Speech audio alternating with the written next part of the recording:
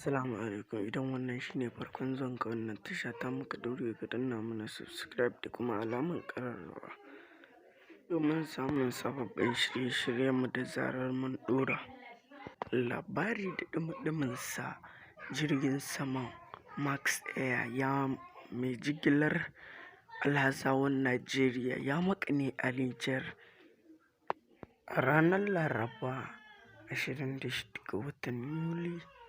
Fadar shugaban ƙasa ta jamhuriyar Nijar ta sanar da cewa mambobin dakarun tsaro na fadar shugaban ƙasa sun yi ƙoƙarin kifar da fadar shugaban gwamnatin Muhammad Bazoum.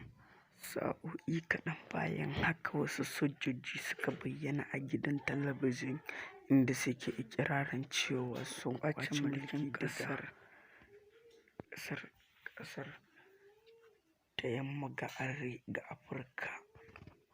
Hukumar alhazai ta ƙasa ta yi magana a kan jirgin da ya maƙale domin ko yana jigilar alhazai daga ƙasa mai tsarki, amma juyin mulkin ya ritsa da wasu alhazai a jamhuriyar Nijar.